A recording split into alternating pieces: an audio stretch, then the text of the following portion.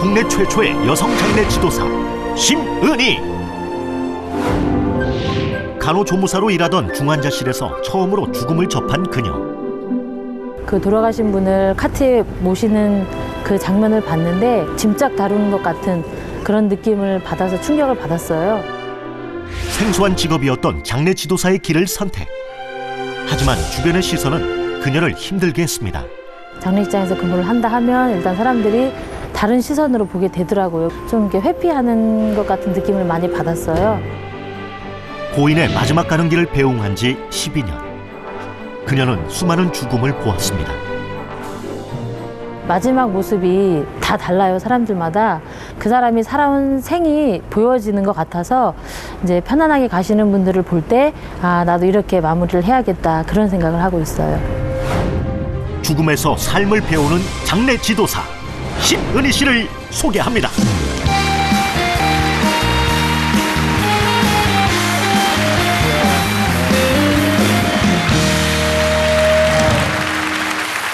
잘 오셨습니다. 그런데 제가 실례지만 이렇게 보려고 본 건 아닌데 지금 아기가 있으신가 봐요? 예, 지금 8개월 됐습니다. 8개월이요? 예. 근데 지금 그러면 거의 만삭의 그 몸으로 지금도 그러면 일을 하고 계세요? 네, 지금도 하고 있습니다. 네네. 힘들기는 한데요. 네네. 그래도 제가 지금 10년 넘게 네. 이 일을 하고 있으면서 예. 그 수많은 고인분들의 마지막을 배웅하면서 예. 많은 것을 보고 느끼고 있기 때문에 네. 즐겁게 일을 하고 있습니다.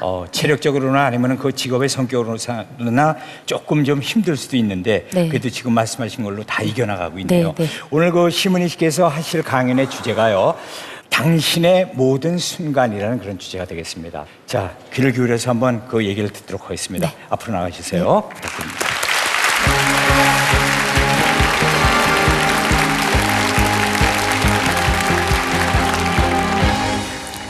안녕하세요. 저는 장례 지도사 심은희라고 합니다. 아마 장례 지도사에 대해서 들어보신 분도 계실 테고 또 처음 듣는 분도 계실 텐데요. 이 장례 지도사란 직업은 쉽게 말하면 죽은 자의 마지막 가는 길이 아름답고 편안할 수 있도록 돌아가신 날부터 발인하실 때까지 장례에 관한 모든 의식을 총괄하는 사람을 말합니다. 올해로 제가 장례 지도사가 된 지도 벌써 12년째가 됐는데요. 남들이 두려워하고 피하려고 하는 이 일을 지금까지 제가 하고 있는 이유가 궁금하신 분이 많이 계실 거예요. 그 이유는 제가 수많은 분들의 마지막을 배웅을 하면서 죽음이 아닌 삶의 이유를 배우고 있기 때문입니다. 제가 고등학교를 졸업을 하고 저는 중환자실에서 간호조무사로 일을 하게 됐어요.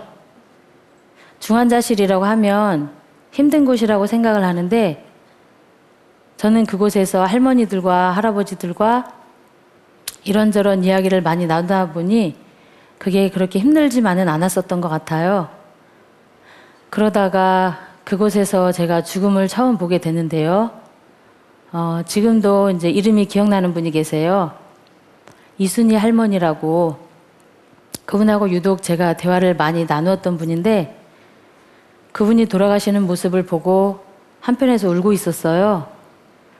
그랬는데 한참 뒤에 하얀 가운을 입은 직원 2명이 이동 침대를 끌고 와서 할머니를 이제 이동 침대로 옮기는 모습에 제가 충격을 받게 되었어요. 옮기는데 시트로 둘둘 말아서 마치 물건을 옮기는 것처럼 하는 모습에 내 가족이어도 저렇게 할까라는 그런 생각을 하게 되었었어요. 이승에서야 삶이야 어떻든 떠나는 분의 마지막 길이 저렇게 비참해서는 안 되겠다라는 그런 생각을 하고 있었던 찰나에 우연히 신문을 보게 됐는데 서울보건대학에 장례 지도과가 신설이 되었다는 내용을 보게 되었어요. 그렇게 저는 장례 지도과에 입학을 하게 되었고 이 일을 하는데 주변에서 사람들의 반응이 여자가 왜 하필 그런 일을 하냐 하면서 미쳤다고 이렇게 많은 반응을 보이셨었어요. 아마도 10년 전만 해도 여자라는 장례 지도사가 낯설었기 때문이었을 거라고 생각을 하고 있습니다. 제가 지금까지 모신 분들을 곰곰이 생각을 해보니까 대략 한 6천 분 정도 되는 것 같아요. 그 수많은 분들을 제가 배웅을 하면서 느끼는 것들이 참 많습니다. 그 중에 이제 기억에 많이 남는 모습이 그 떠나는 분들의 마지막 얼굴 모습이에요.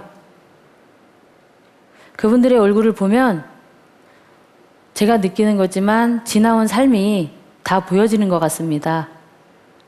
그분이 행복하게 살았는지, 불행하게 살았는지, 아무리 예쁘고 잘 살았다고 해도 마지막 모습이 편안한 것도 아니고요. 못 살거나 못생겼다고 해서 또 불편해 보이는 것도 아니더라고요. 고인과 유가족의 마지막 인사를 하는 모습을 보면서 아, 정말 잘 살아야겠다. 그런 생각을 많이 하게 됩니다. 특히 마지막에 관에 모시기 전에 고인과 유가족이 마지막으로 인사를 나눌 수 있도록 이별의 시간을 드리는데요.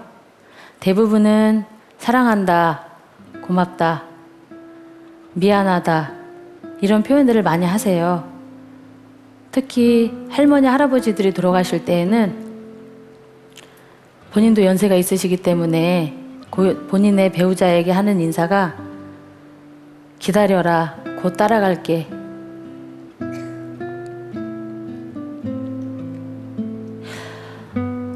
그런 인사를 많이 하시는데요. 자신의 죽음을 준비하는 것 같아서 울컥하기도 한답니다. 또 한 번은 할머니가 돌아가셨는데 아들은 두 분이 계셨었어요. 상담을 할아버지가 하시는데 자제분은 왜 안 오세요, 할아버지라고 물어보니까 외국에 살고 계시기 때문에 못 들어오신대요. 근데 그 어머니는 자녀들을 위해서 교육시키느라, 결혼시키느라 아마 최선을 다하셨을 겁니다. 근데 정작 마지막에는 아무도 없는 거예요. 얼마나 외로우실까 그런 생각도 하게 되었습니다. 사연이 참 많은데요. 한 번은 어머니가 돌아가시고 아드님이 상담을 하게 돼요. 네, 아드님은 어머니가 돌아가신 거에 대한 슬픔은 전혀 없으세요. 그저 조문 받기에만 급급해요. 빈소에 꾸며지는 용품들은 최고급으로 꾸며달라고 말씀을 하시고 정작 본인의 어머니한테 들어가는 용품은 어차피 소각할 거니까 최저 가격으로 해달라 이렇게 말씀을 하세요. 어머니는 과연 그분들에게 어떤 존재였을까? 네, 그런 분도 계셨답니다. 속상하고 안타까운 죽음도 많이 보게 돼요. 그쪽에서 있으면. 30대 여자분이셨는데 간경화로 돌아가신 분이셨어요. 그래서 그런지 얼굴은 노랗고 노랗다 못해 새카맣게 변해지신 분이셨어요. 고등학생으로 보이는 그분의 아들이 엄마에게 마지막으로 인사를 하는데 다음 생에 태어나면 다시는 아는 사이로 만나지 말아요.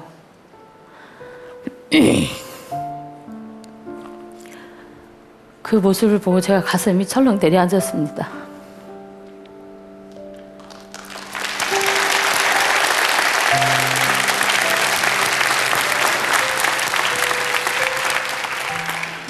도대체 어떤 사연이길래 마지막 엄마에게 그런 모진 말을 할까 그런 생각을 하게 됐습니다.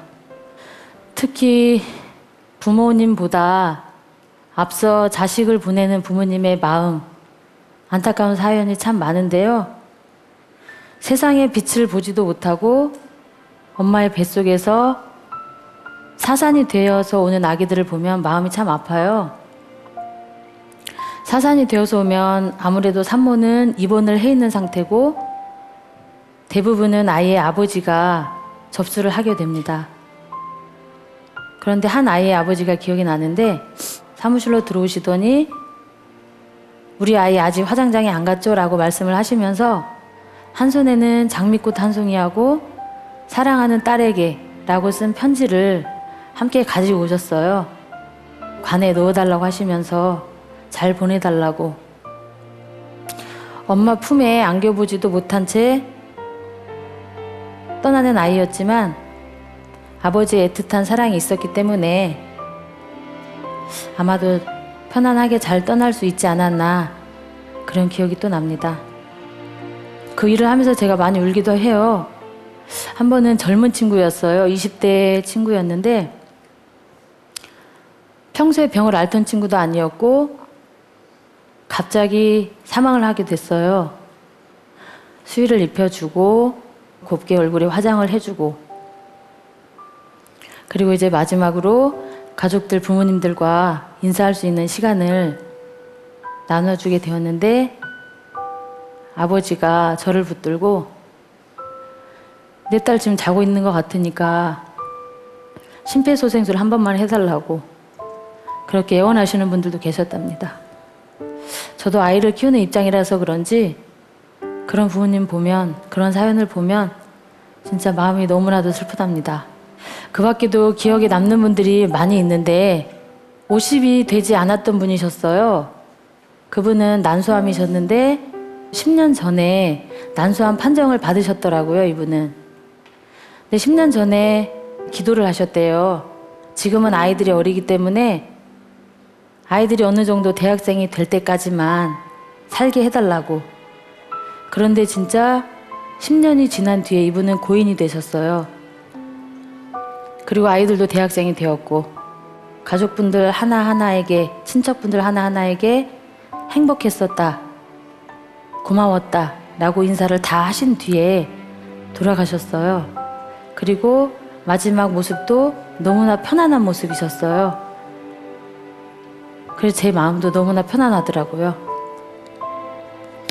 이렇게 힘든 적도 많고 슬픈 적도 많습니다. 그런데 제 손을 잡고 고인을, 본인의 부모님을, 본인의 가족을 잘 모셔줘서 고맙다, 참 아름다운 손이다 라고 이야기를 하시는 분들이 계시기 때문에 아마도 제가 지금까지 잘 할 수 있었던 것 같습니다. 마지막 이별의 시간을 아는 사람은 아무도 없습니다. 제가 이곳에서 고인분을 보내드리면서 깨달은 것은 마지막 이별의 시간에는 아무것도 남아있지 않는다는 것입니다. 그러니 미루지 마시고 오늘 집에 가시면은 여러분들 곁에 계신 분들에게 마음속에 담아두었던 이야기를 한번 해보세요. 사랑한다, 고맙다, 보고 싶었다, 미안하다. 여러분의 행복한 마지막을 위해서 미루지 마시고 생의 모든 순간에 최선을 다하는 삶을 사시기를 바랍니다. 지금까지 제 이야기 들어주셔서 고맙습니다.